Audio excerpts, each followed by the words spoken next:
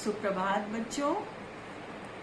मंजिल की राह में गिरो ही नहीं, यह असंभव है, किंतु महत्वपूर्ण तो यह है कि गिरो तो तुरंत संभल जाओ और संभलकर उठ खड़े हो, और भी अधिक ऊर्जा, और भी अधिक उमंग, और भी अधिक जोश, और भी अधिक साहस के साथ, तभी तुम अपनी मंजिल तक पहुंच सकोगे।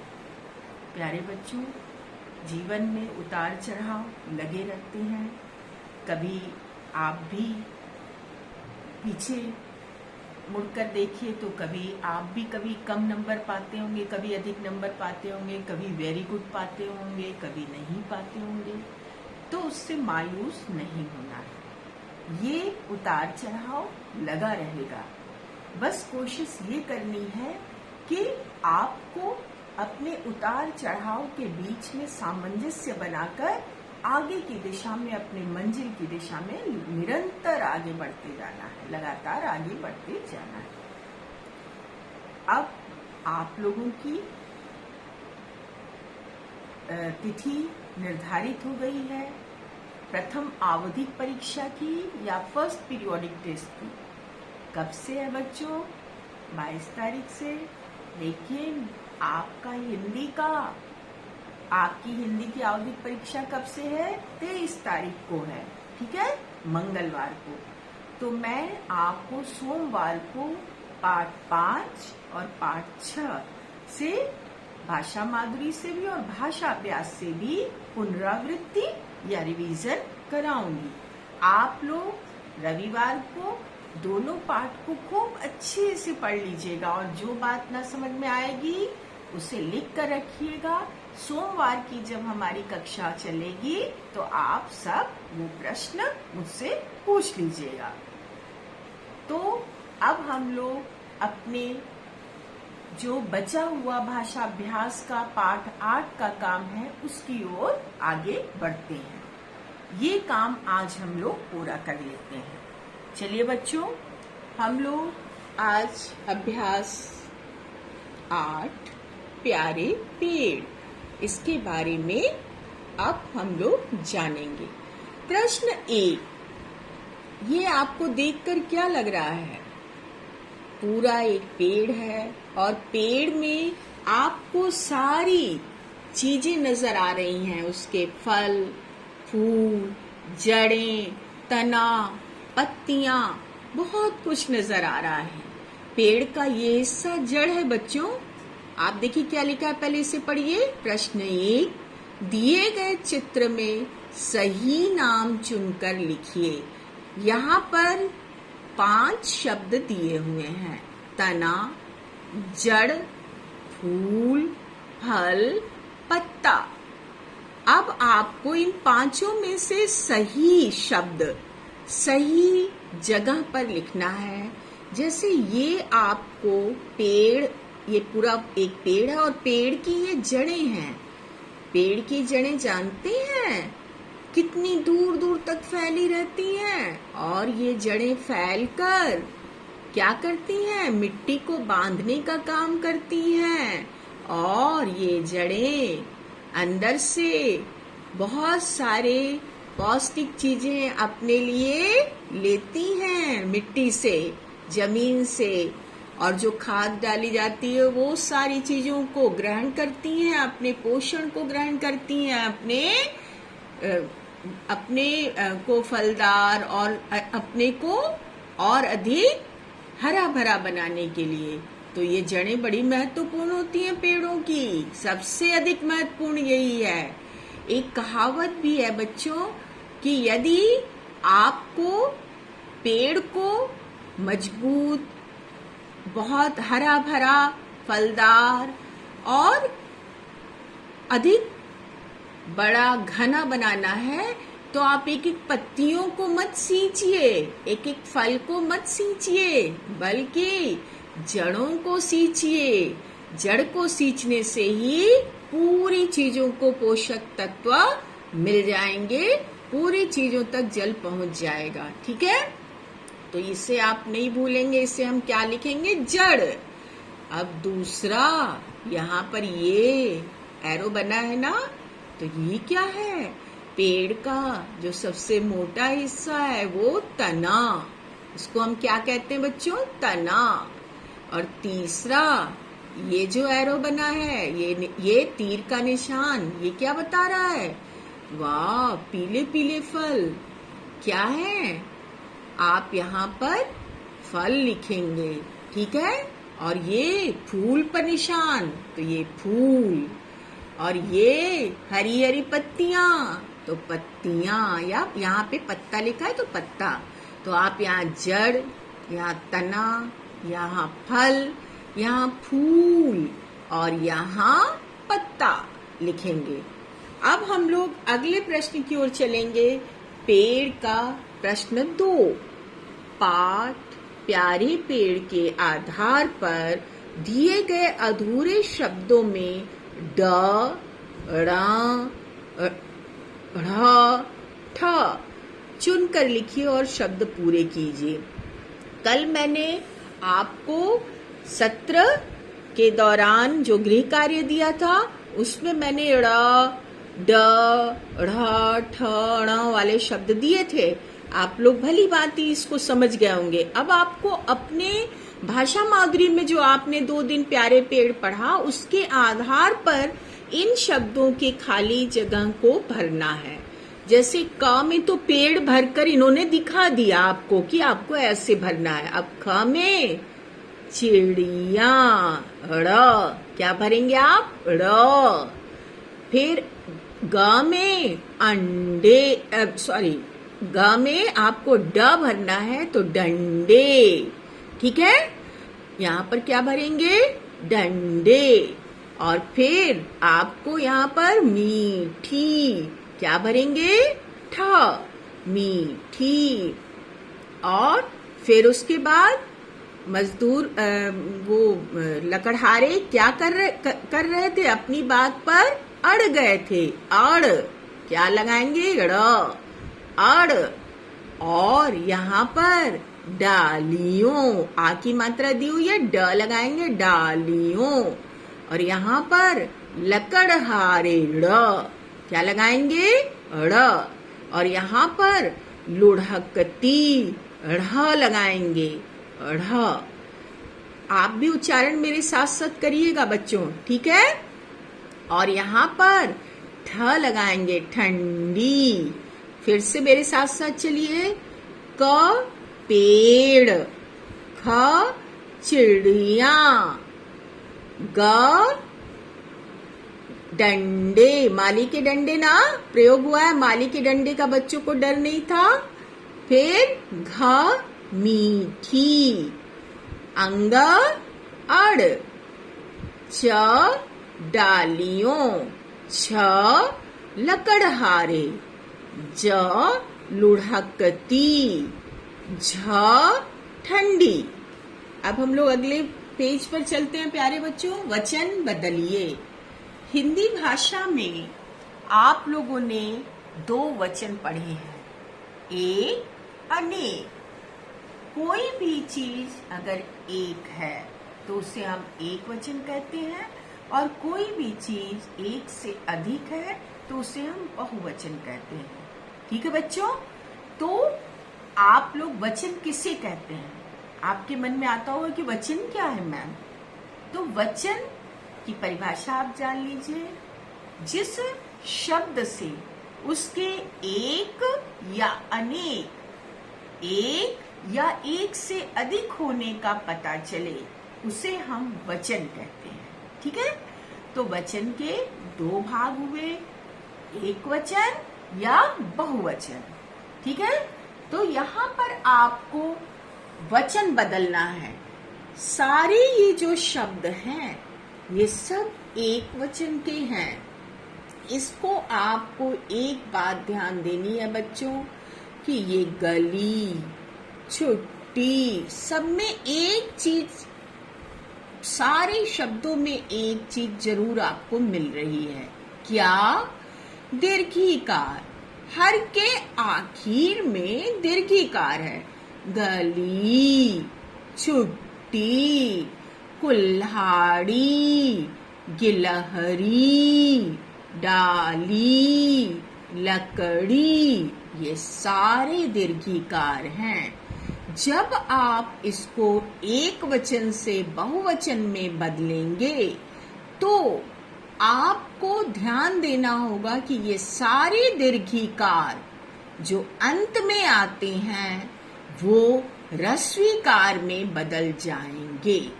ह्रस्वीकार में माने गली में ह्रस्वीकार लग के बनेगा गली और या, गलियां, छुट्टियां, कुल्हाड़ियां, गिलहरियां, डालियां, लकड़ियां। यहाँ पर विशेष रूप से मैं छुट्टियां पर आपका ध्यान दिलाना चाहूंगी।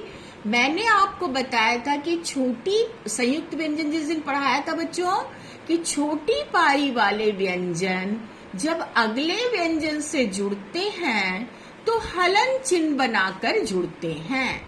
ये मैंने बताया था और यहाँ आप देख रहे हैं। किंतु एक बात आज फिर यहाँ पर मैं एक नई चीज आपको बता रही हूँ कि छोटी पाई वाले व्यंजन जब अगले व्यंजन से जुड़े तो उनमें यदि ह्रस्वीकार की मात्रा लगाई जाए तो ह्रस्वीकार की मात्रा बीच से लगेगी। आपको मैं ये यहाँ पर समझाना चाहूंगी बच्चों, ध्यान इधर। जैसे आप पहले थोड़ा सा इधर देखिए बच्चों। जैसे यहाँ पर मैंने आपको बताया गली बताया। अब ये दीर्घिकार बदलकर हमने क्या बनाया, गलियां। क्या बनाया, गलियां। फिर छुट्टी है, ये मैंने बताया छोटी पाई वाला है तो हलन चिन्ह के साथ जुड़ा। इतनी बात समझ में आई। लेकिन जब हलन चिन्ह के साथ जुड़ा तो यहाँ पर जब हम दीर्घिकार से ह्रस्वीकार में बदल रहे हैं तो बीच से ह्रस्वीकार की मात्रा हम लगा रहे हैं। ये आप हर व्यंजन में नहीं देखेंगे। केवल छोटी पाई के व्यंजन जब संयुक्त होते हैं तो उसमें ह्रस्वीकार की मात्रा बीच से लगती है। जैसे बुद्धि, आप बुद्धि में द छोटी पाई का व्यंजन है और जब ये ध से संयुक्त हुआ, ठीक है, ये ध से संयुक्त हो गया, हलंत बेशक दिख रहा है लेकिन ये संयुक्त है, ये मैंने आपको बताया था। तो अब हमें जब इसे बुद्धि ह्रस्वीकार लगाना है तो ह्रस्वीकार यहाँ बीच से लगेगा, ठीक है। लेकिन अगर मक्खियां लिखना है तो आप बोलेंगे मैम यहाँ भी तो संयुक्त हुआ है लेकिन आपने यहाँ बीच से क्यों नहीं लगाया। बिल्कुल नहीं, क्योंकि यहाँ पर छोटी पाई का व्यंजन हलंत लगाकर नहीं जुड़ा है। यहाँ पर क जो है वो जुड़ा है ख से, ये छोटी पाई का नहीं है, इसलिए हम इसको बीच से नहीं लगाएंगे, ये रॉन्ग हो जाएगा। हम इसे क ख संयुक्त और ह्रस्वीकार यहाँ से लगाएंगे। सबके समझ में आया होगा बच्चों। इसी तरह से पट्टी, मान लीजिए पट्टी शब्द है और इस पर हमें ह्रस्वीकार लगाना है तो हम इसको बीच से ह्रस्वीकार लगाएंगे क्योंकि ये छोटी पाई वाला व्यंजन ये टी से जुड़ा है तो इसमें ई की मात्रा बीच से लगी है, ठीक है बच्चों। इस तरह से आप जैसे और भी कोई शब्द यदि आपके दिमाग में आएगा तो आप ये वीडियो समाप्त होगा तो पूछ लीजिएगा कि मैम यहाँ पर हमें कैसे ई की मात्रा लगानी है। अब कुल्हाड़ी का क्या बनेगा? कुल्हाड़ियां। यहाँ पर जो ड़ी है उसमें दीर्घीकार था और हमने उसको बदल दिया ह्रस्वीकार में और बना कुल्हाड़ियां। फिर गिलहरी में अंत में क्या था? दीर्घीकार था और उसको बदलकर हमने ह्रस्वीकार बनाया और या जोड़ दिया। फिर डालियां, डाली में दीर्घीकार था और उसको हमने ह्रस्वीकार में बदलकर या जोड़ा। फिर लकड़ी, फिर लकड़ी में दीर्घीकार था और देखिए बच्चों यहाँ लकड़ी में दीर्घीकार है ना, और इसको हमने ह्रस्वीकार में बदला और या जोड़ा। ठीक है, तो गली से गलियां, छुट्टी से छुट्टियां, कुल्हाड़ी से ह्रस्वीकार में बदलकर या जोड़ा कुल्हाड़ियां, गिलहरी से गिलहरियां, डाली से डालियां और लकड़ी से लकड़ियां। ये आपके शब्द एक वचन से बहुवचन में जब आपने बदला तो बने। अब प्रश्न ये आपने समझ लिया होगा भली भांति। अब प्रश्न 4 पर हम आते हैं। नीचे दिए गए वर्णों को सही क्रम में लगाकर शब्द लिखिए। यहाँ पर शब्दों के जो वर्ण हैं वो आगे पीछे आपको थोड़ा सा भ्रमित करने के लिए लिख दिए गए हैं, लेकिन मुझे मालूम है आप बड़े समझदार हैं, आप तो फटाफट कर लेंगे। ठीक है, इंग्लिश में आप जंबल वर्ड समझते हैं ना, वही वाली चीज यहाँ हिंदी में भी दे दिया इन्होंने। तो चलिए हम लोग देखते हैं आप लोग इसको क्या बना सकते हैं। जैसे ड़ा म च, तो इन्होंने चमड़ा, चमड़ा बनाया। और यहाँ पर ख में हा ड़ प, आप लोगों ने कुछ पढ़ा जरूर है, सोचिए। प हा ड़, पहाड़। ठीक है, फिर ग कंकड़। अब आप क्या सोचेंगे? कौवा क्या जोड़ जोड़ करके पानी ऊपर लाया? प्यासा कौवा। आपने वो वाली कहानी पढ़ी है ना? प्यासा कौवा दिमाग लगाया और उसने कंकड़ पत्थर डालकर पानी को घड़े के ऊपर लाकर पी लिया ना। तो कंकड़। फिर यहाँ पर हमें बहुत हिम्मती बनना है। क्या नहीं बनना है? घ ड र पो क, डरपोक। तो पहले में आपने चमड़ा देखा, पहाड़, कंकर, डरपोक। अब इधर अंगा, अंगा में र जा बा, तो बाजार, बाजार। च में क द फू, इसको आप क्या करेंगे? गिलहरी क्या करती है? फुदकती है ना, तो फू द क, फुदक।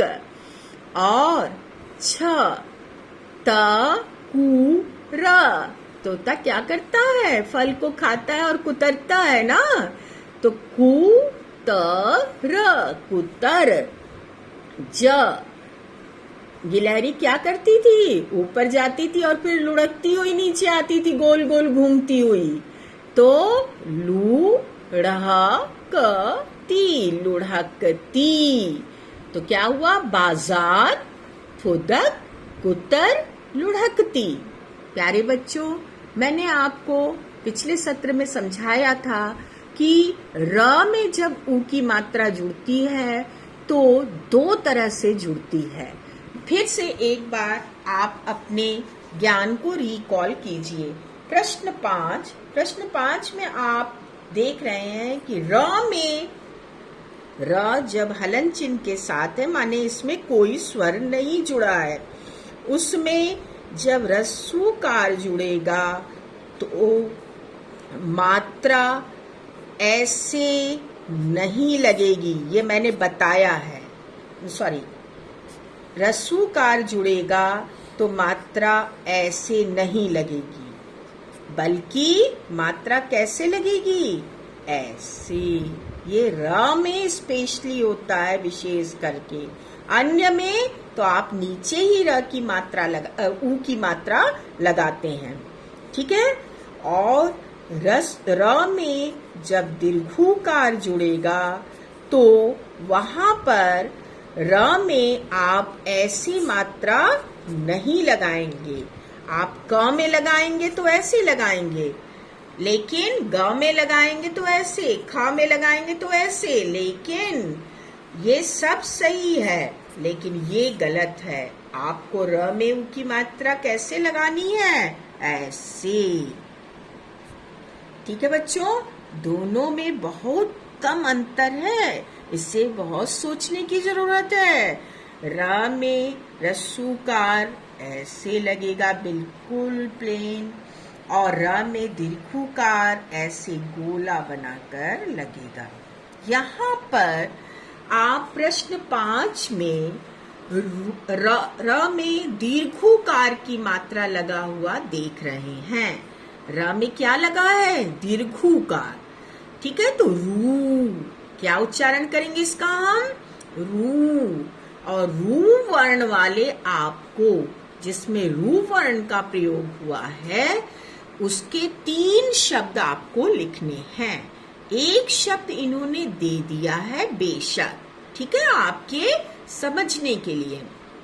अब आप क्या शब्द लगा सकते हैं, जैसे रूप में के साथ रूई, क्या लगा सकते हैं, रूई। फिर आप लोग के पास हमेशा एक रुमाल होती है ना, आप लोग के पास हमेशा एक रुमाल होती है, तो रूई, रुमाल। और रूपवती या रूपा आप लिख सकते हैं, ठीक है बच्चों, रूपवती या रूपा। और एक शब्द होता है रुग्ण, लेकिन ये कठिन हो जाएगा आपके लिए, इसे छोड़ दीजिए, आप इन शब्दों को यहाँ पर लिख लेंगे, ठीक है बच्चों। अब हम लोग आगे चलेंगे। तो आपने लिखा यहाँ पे रूपा या रूपवती, रूपा ही लिखिए, रूपा अधिक आसान है आपके लिए। और रूई, और आपने एक शब्द क्या लिखा, एक शब्द आपने रुमाल लिखा। एक शब्द मुझे और याद आ रहा है बच्चों, रूठना। जैसे आप कभी कभी मम्मी पापा से रूठते हैं ना, फिर मम्मी पापा आपको मनाते हैं। कभी कभी आप टीचर से भी रूठते हैं और टीचर आपको मनाती हैं, तो रूठना भी आप लिख सकते हैं, रूपा ना लिखिए, रूपा रूप से मिलता जुलता है, तो आप रूठना मना सकते हैं, रूठना मानना, तो रूठना और रूई और रुमाल, ठीक है बच्चों। चलिए अब हम लोग अगले पेज पर चलते हैं।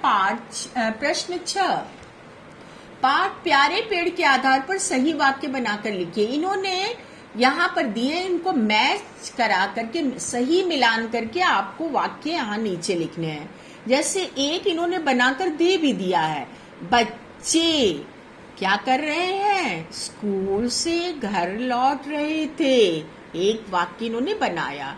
दूसरा वाक्य आपको बनाना है, कोयल, कोयल डाल पर बैठकर मीठी तान सुनाती थी। आपको प्यारे पेड़ के आधार पर ही बनाना है, ये ध्यान देना है ना।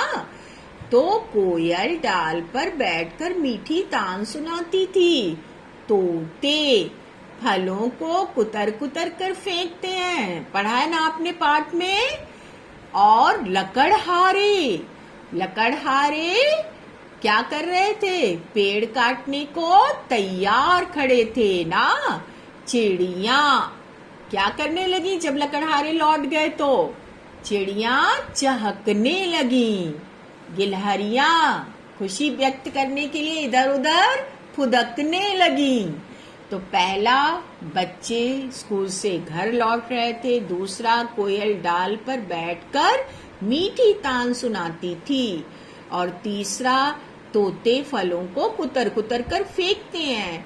और चौथा चिड़िया चहकने लगी और पांचवा गिलहरियां फुदकने लगी। अब प्रश्न 7 पर आइए बच्चों।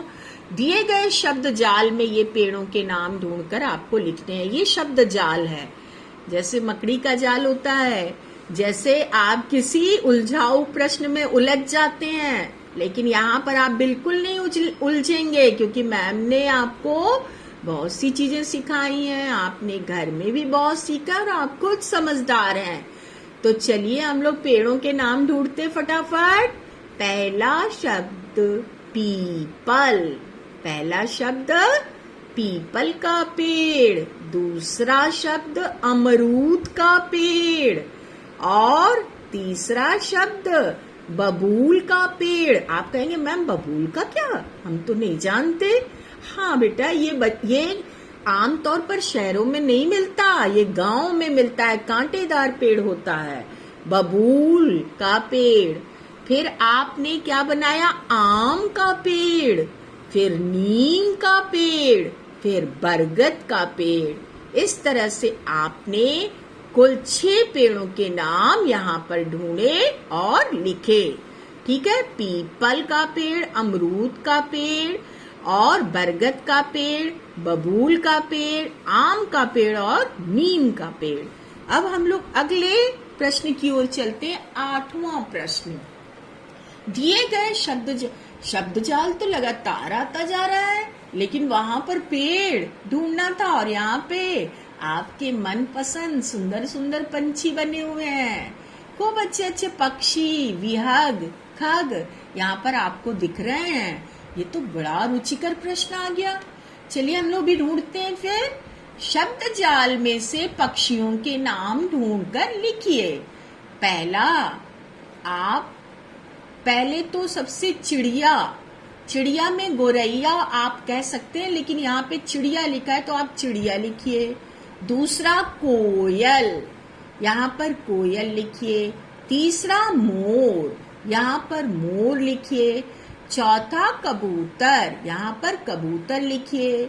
और 5वां यहाँ पर तोता, यहाँ पर तोता लिखिए। और 6वां यहाँ पर बुलबुल, और आप 6वां यहाँ बुलबुल लिखिए। और 7वां यहाँ पर आप और क्या लिख सकते हैं, चील। क्या लिख सकते हैं, चील। चील भी एक पक्षी ही है ना। तो हमने क्या क्या लिखा, चिड़िया, कोयल, मोर, कबूतर और तोता और बुलबुल और चील।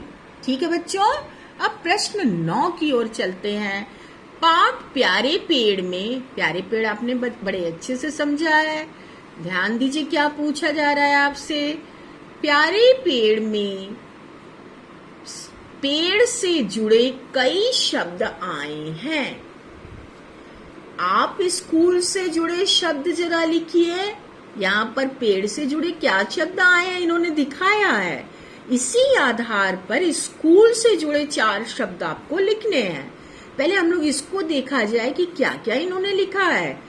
पेड़, पेड़ में सबसे पहले क्या होती है, डालियां। फिर पेड़ में क्या देता है, छाया। फिर पेड़ में चिड़िया रहती हैं, कहाँ पर, घोंसलों में। तो डाली, छाया, घोंसला, चिड़िया। अब स्कूल में कौन रहते हैं, बच्चे। ठीक है, स्कूल में बच्चे। फिर स्कूल में सबकी अलग अलग क्या रहती हैं, कक्षाएं। तो कक्षा। फिर स्कूल में क्या रहता है, स्कूल में आपको किस चीज पर मैम पढ़ाती हैं, श्याम पट्ट पर। ठीक है, आपके सामने जो ब्लैक बोर्ड होता है उसको हिंदी में क्या कहते हैं, श्याम पट्ट।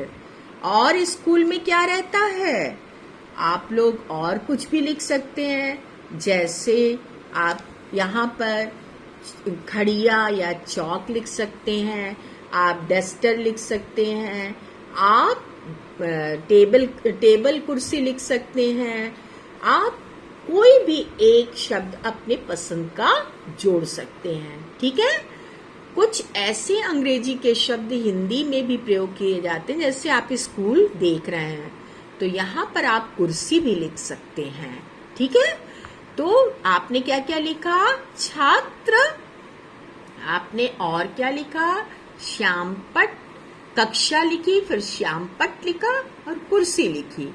और इसके साथ बच्चों आज आपका ये पाठ खत्म हो गया।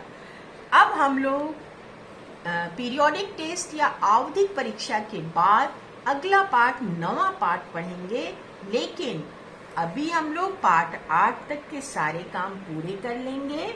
आज ही आप हमें ये काम पूरा करके दिखा दीजिएगा। आज आपको कोई गृह कार्य नहीं है, सिर्फ जो अभी मैंने बताया भाषाभ्यास के प्रश्न, इनको पूरा कर लेना है और आप मुझे सेंड कर दीजिएगा इसकी फोटो शाम को।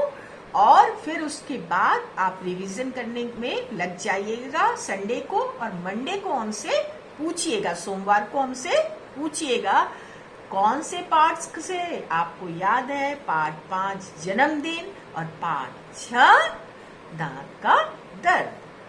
आप खूब अच्छे से रविवार को पढ़िएगा और मुझसे सोमवार को पूछिएगा, और मैं भी आपसे प्रश्न पूछूंगी पार्ट 5 और 6 भाषाभ्यास और भाषा माधुरी से।